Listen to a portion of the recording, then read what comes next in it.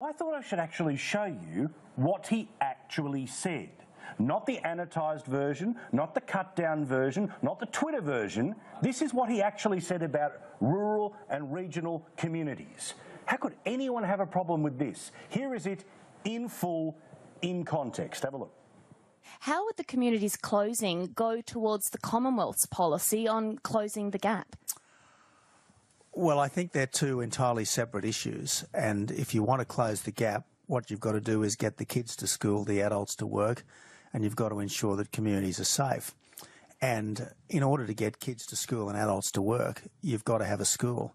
And if people choose to live miles away from where there's a school, if people choose not to access School of the Air and the other services that are available for people in very, very remote locations, if people choose to live where there's no jobs, obviously it's very, very difficult to close the gap because But are you penalising people for living in remote areas there? Isn't that something you should encourage to get people out of the cities?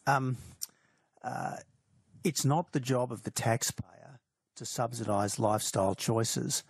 It's the job of the taxpayer to provide reasonable services in a reasonable way, to provide high-quality services in a reasonable way.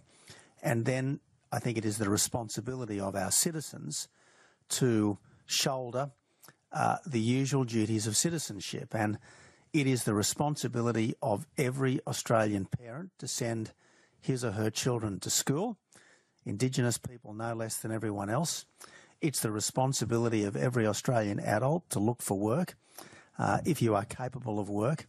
And yes, while you are looking for work, the government will pay you unemployment benefits. But what we can't do is endlessly subsidise lifestyle choices if those lifestyle choices are not conducive to the kind of full participation in Australian society that everyone should have.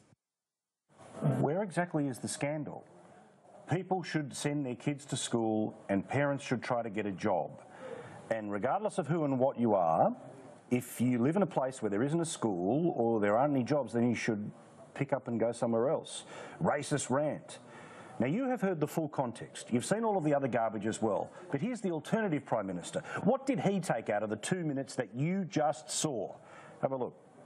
Yes, I think the Prime Minister should apologise. Tony Abbott is a Prime Minister stuck in the 1950s. He says he's the Prime Minister for Indigenous Australians, but he just wants to move them off their land. What is it that Tony Abbott doesn't get about the well-documented connection that Australia's first citizens have between them and the land? So the one who's actually doing the race baiting is the bloke who is essentially saying that despite what you just saw, Tony Abbott wants to go back to the 1950s, the stolen generation. That's not what he said. It is your responsibility as a parent to get a job to help provide for your family. It is your responsibility as a parent to make sure your kids go to school.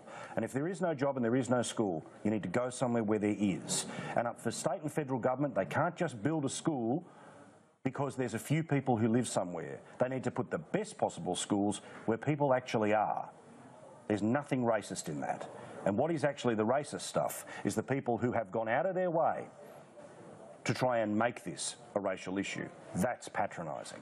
Can you know what you think? Hashtag PM Live, email pmlive@skynews.com.au. Tim Webster, this and no doubt so much more. What do we need to know about, mate? This is the lead story, mate, that's for sure. Yep.